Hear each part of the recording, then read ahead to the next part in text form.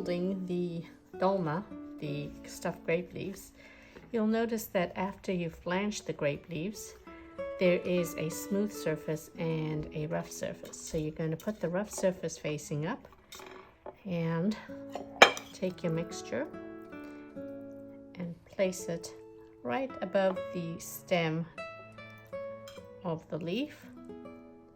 You can be pretty generous with your filling because this particular grape leaf is ginormous. And then you fold it over and then close it up on either side and then roll it like a cigar up towards the tip of the leaf. Try to make it tight as possible without splitting the leaf. And then once it's there, you can place it into your pot that you're going to use to boil, but make sure it is all tightly packed so that the leaves won't float away. Just put it like that. Once the stuffed grape leaves have been arranged in the pot, add the leftover lemon juice from the filling to the pot and the oil and water.